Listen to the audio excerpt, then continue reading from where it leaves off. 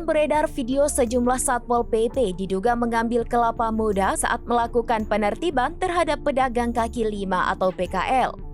Video penertiban PKL tersebut diketahui terjadi di Samarinda pada Rabu 5 Maret lalu.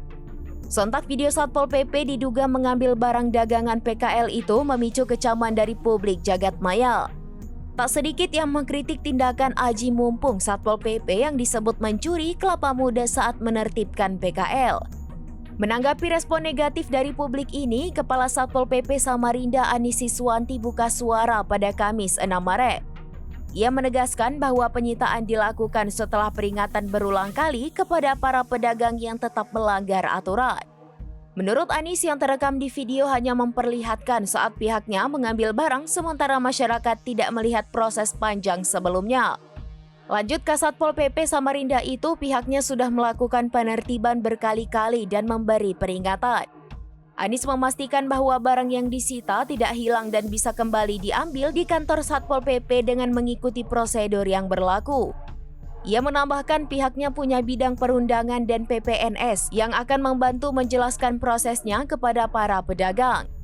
Melansir Kompas.com pada Sabtu 8 Maret 2025, menanggapi tuduhan publik yang menyebut petugas sebagai pencuri, Anis menegaskan bahwa Satpol PP hanya menjalankan tugas sesuai SOP. Menurutnya pihaknya sudah terbiasa dengan komentar negatif seperti itu. Namun lanjut Anis, yang terpenting semua tindakan Satpol PP sesuai aturan dan ia mengaku akan bertanggung jawab penuh atas penertiban tersebut.